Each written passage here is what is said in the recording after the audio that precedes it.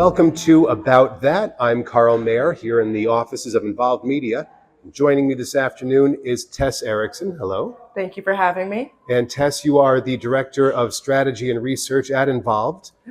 Just did a great webinar. Thank you. Your second in a series about connected audiences. This one was all about audio. And if you'd like to check it out, there's a link at the bottom of this video, and I encourage you to watch and maybe just shut this off, watch it, and come back. Because we're going to talk a little more deeply into that, starting with podcasts. Yeah. As they continue to grow and evolve very rapidly, they've taken on video as a component. And not just as a component, but a real integral part of the podcast with lights and sets and multi-cameras, to the point where somebody watching it might not even realize they're watching a podcast. It's just a show. Yeah. When your research is based on respondents' answers about what they're watching, how does that impact the results? Yeah, that certainly is the biggest challenge that we face when we're designing a study like this, trying to make sure that the questions we ask reflect the way people are thinking about the media they watch. So, as you said, video has become so overwhelmingly popular in the podcast space, but that makes it so much harder for consumers to differentiate podcasts from other media. And even from people like us who have a very clear sense of podcasts, it can still be difficult to differentiate. For instance, a show like The Daily Show has an audio-only version of their program that is a podcast, but that doesn't mean watching The Daily Show is watching a podcast. So trying to separate that type of listening and viewership is definitely the biggest challenge we had here, especially when it comes to these videos being clipped up and put on short form. So the choice we had to make was to focus on people who are knowingly listening to podcasts, who are seeking podcasts out and regularly listening to podcasts, and trying not to capture as much of those marginal podcast listeners who may not even be seeking podcasts out, who may have had podcasts passively served to them.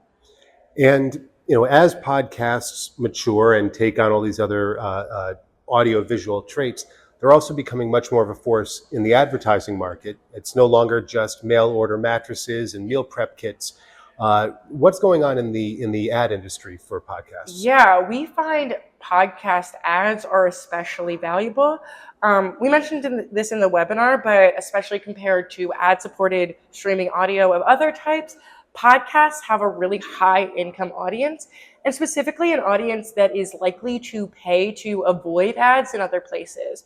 So podcast ads can be the only way to reach certain audiences that are more ad phobic in general.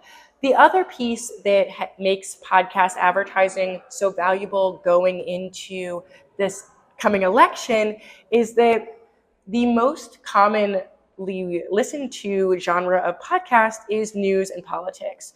So that means that you are getting access to that news conscious, politically conscious consumer that advertisers may have been formerly reaching through news on TV or video. So those video platforms, the inventory has gotten really tight, or will continue to get tighter as political advertisers buy those spots up. So for those advertisers who are now unable to place media on those valuable placements in video news, having these opportunities to place ads that reach that news conscious consumer in podcasts is invaluable. And so, going from the cutting edge of podcasts to the old school traditional terrestrial radio, a lot of people, certainly I always assumed that the traditional AM drive, PM drive being the two spikes of listenership still held true. Turns out that's not the case. Yeah, well, there are a few things happening there. We do see that radio still has a solid place in people's morning commutes. People are still turning it on as they maybe drop their kids off, as they get themselves to work. They're checking in on the weather, on the traffic. But that evening drive home is has been co-opted by streaming audio and other opportunities. It may be that people are turning on a podcast at work, then continuing to listen to them in the car. It's also that they may have more time to select the music that they want to hear on their ride home.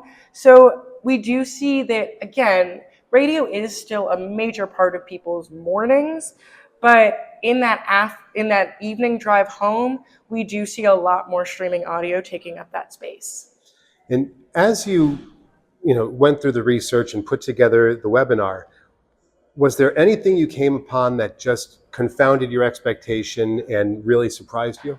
Yeah, absolutely. One of the things that I found surprising was, even though we know there's been an increase in record sales, we still are seeing that only 20% of people say that they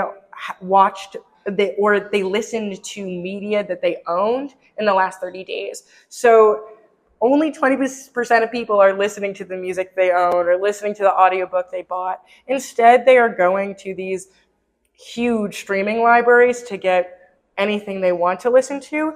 So I was surprised to see that vinyl purchasing that we've seen in the music industry didn't necessarily translate to more people actually listening to those vinyls. They maybe are instead keeping them in the original packaging as more of a collector's item than a functional piece of media. And as we look to the future and what's next for your webinars and your studies, what's the next topic that you're going to be focusing on? Thanks for asking. As we mentioned earlier, short form has become a huge part of the podcast industry, that there are lots of podcasts that I would venture to say have had way more people engage with them on a short form platform than the original platform they were posted to. And so short form video is what we will be focusing on in our next study. We also will be expanding past the US and Canada into Australia. So it'll be exciting to see both the results of how short form is taking over different areas of people's media consumption, but also how a new market in Australia compares to what we've seen in North America. I definitely look forward to checking that out and perhaps talking about it here on a future episode of About That. Tess Erickson, thank you for joining me today. It was a lot of fun. Thank you for having me.